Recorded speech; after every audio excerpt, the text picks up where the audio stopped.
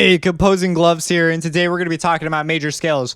You know, the farther I get in this series, the more I realize how much the piano roll suffers from the effects of written music. Why? Because major scales are using intervals, and intervals are messed up because of written music. So you are going to learn this sort of weird, convoluted way of sort of thinking about things, and that's just the way it's going to be unless you want to learn to read written music.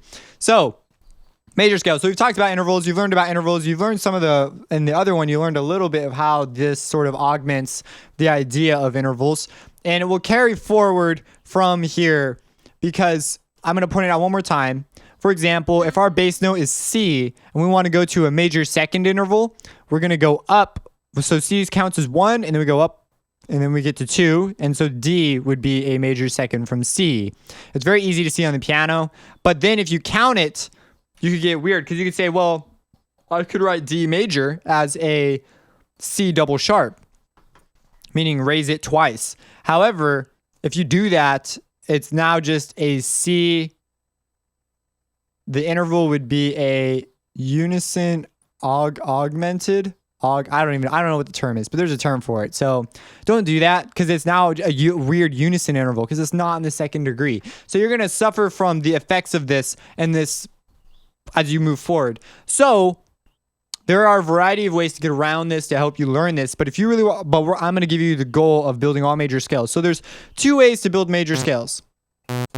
There's only one way to major scales are built, and there's a variety of methods to accomplish that means. So the first one is major scales. You are starting from your bass note. They are all major intervals and all perfect intervals. This is the best way to think about it because it avoids a lot of pitfalls and it carries over into chords and stuff. Like if you learn it some other way, because there's another way to think about it. You can build a major scale as whole step, whole step, whole step, half step, whole step, whole step, half step. And this is great, except for now you're going to have an issue when you go to other scales and other chords and try to build chords off those types of scales because you've not practiced the other method, and this is arguably substantially slower. If you learn the all just major and perfect intervals starting from your bass note and you have all those memorized, you could just rattle them off. You could memorize all the little jumps, but the little jumps are far less useful in composition. So we have C. Let's build a C major scale. So C, so we need a major second. So we go, well, here's unison, minor second, major second. Now we need a major third, minor third, major third. Now we need a perfect fourth, which is F, perfect fourth. So major third, perfect fourth, tritone, perfect fifth, because we need perfect. Minor sixth, don't want that, it's minor. And then major six. Oh my gosh. Whoa, 7, 8, 9. So minor seventh, major seventh. We want the major, and then perfect octave. This will sound like a C major scale because it is one.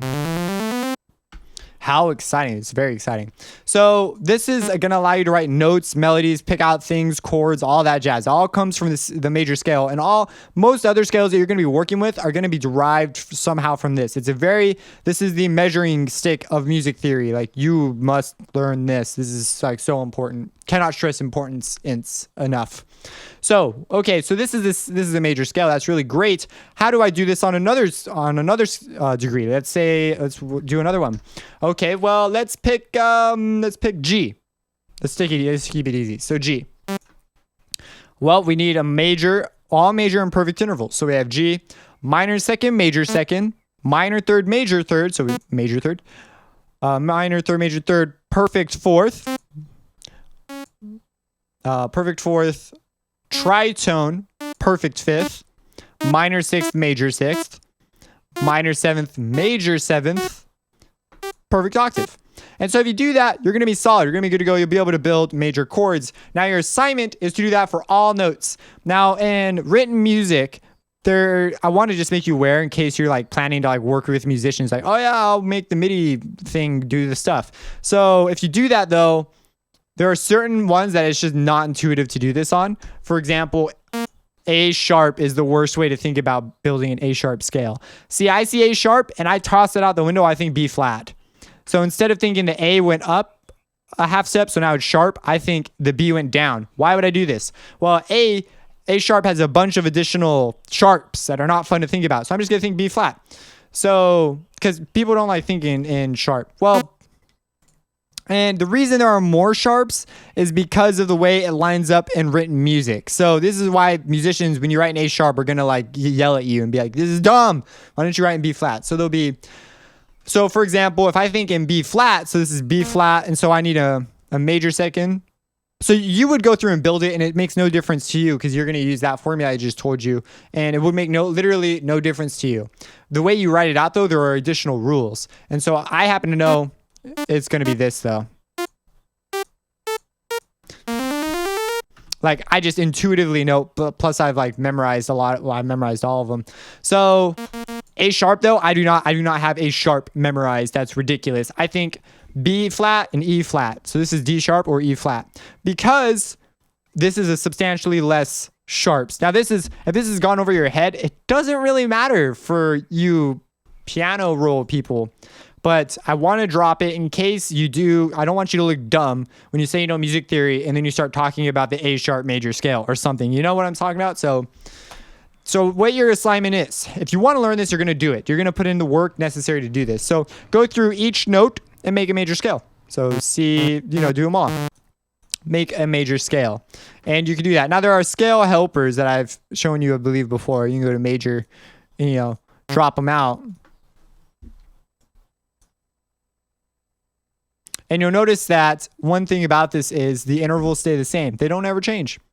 And because we're just stacking a particular set of intervals on top of each other to create this pattern. So you could think of it like this, and that's what some people do when they don't know theory. That's like a helper, which isn't a bad thing, and it's actually a big advantage if you do know theory, because then if you don't have the memorization down totally pat, but you've got like some pretty good idea of what you're doing with chords, it can be very useful. However, it's best to memorize it. If you really want true creative freedom and you want to be good at music theory, you're going to memorize it. So make all those scales, man. Go scale it up and have a blessed day.